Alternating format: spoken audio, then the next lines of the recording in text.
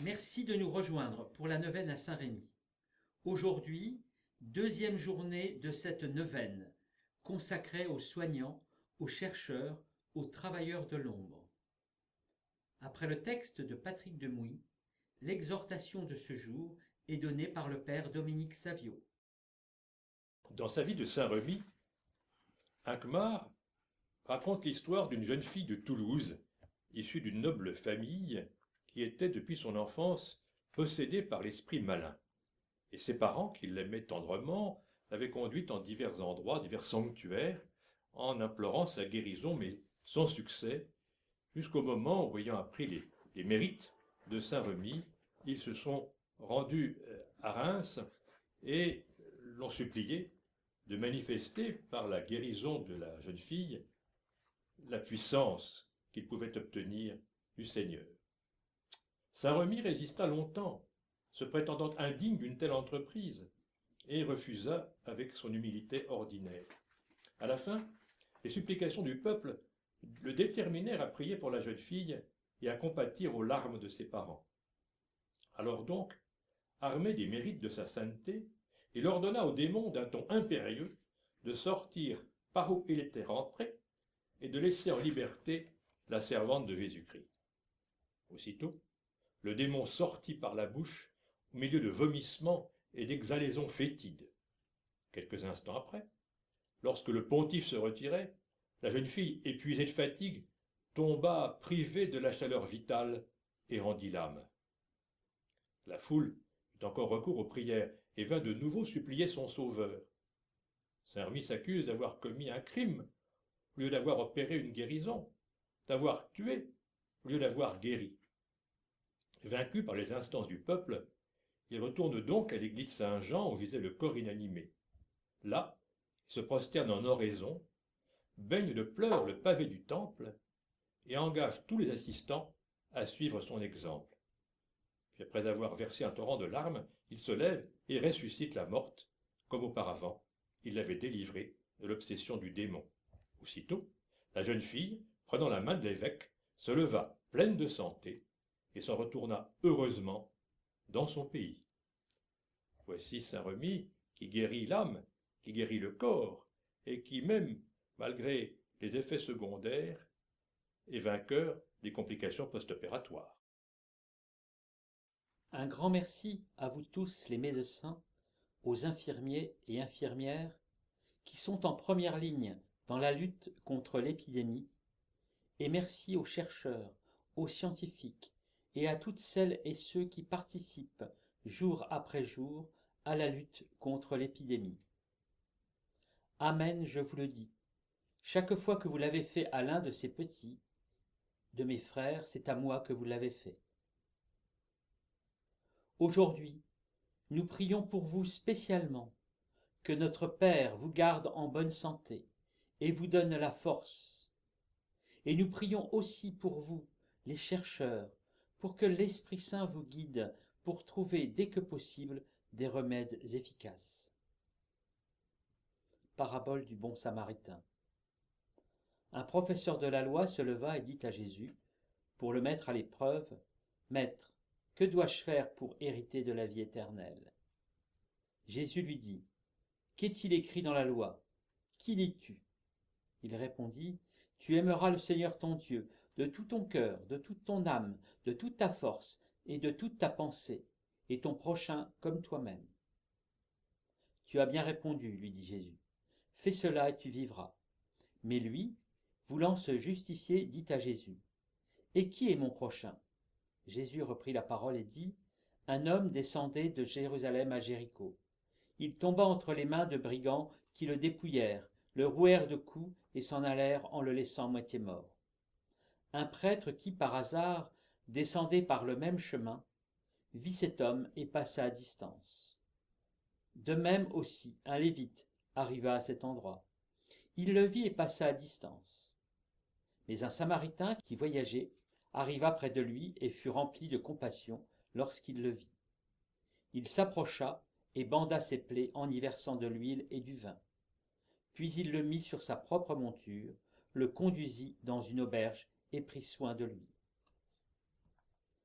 Prière pour le personnel soignant et toutes les personnes mobilisées contre le coronavirus.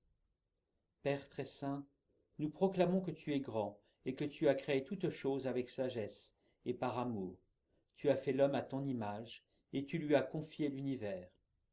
Tu n'as pas abandonné l'homme au pouvoir de la mort.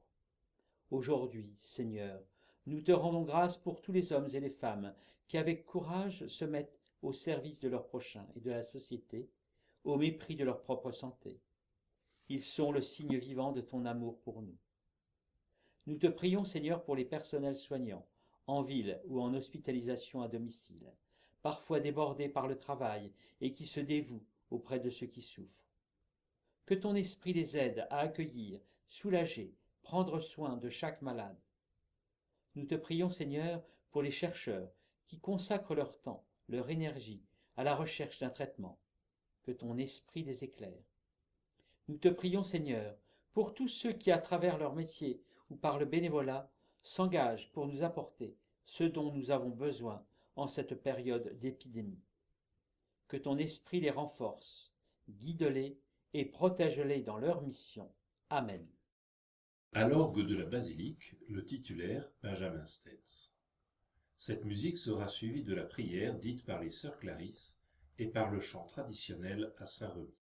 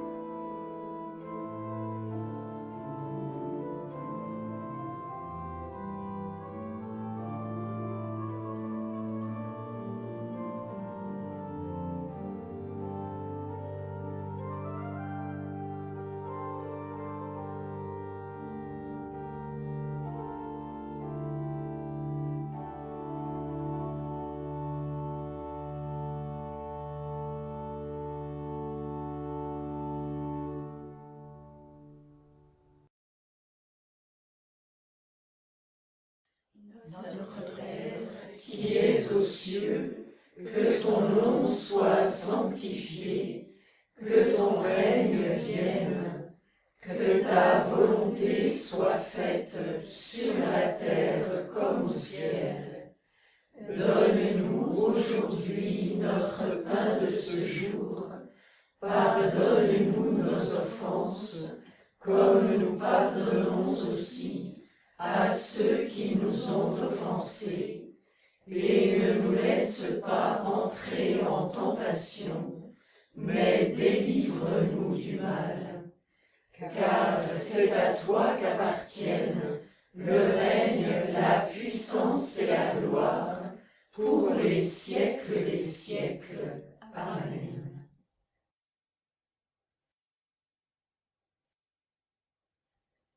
Réjouis-toi, Marie, comblée de grâce, le Seigneur est avec toi. Tu es bénie entre toutes les femmes, et Jésus, ton enfant, est béni. Sainte Marie, Mère de Dieu, prie pour nous pauvres pécheurs, maintenant et à l'heure de notre mort. Amen.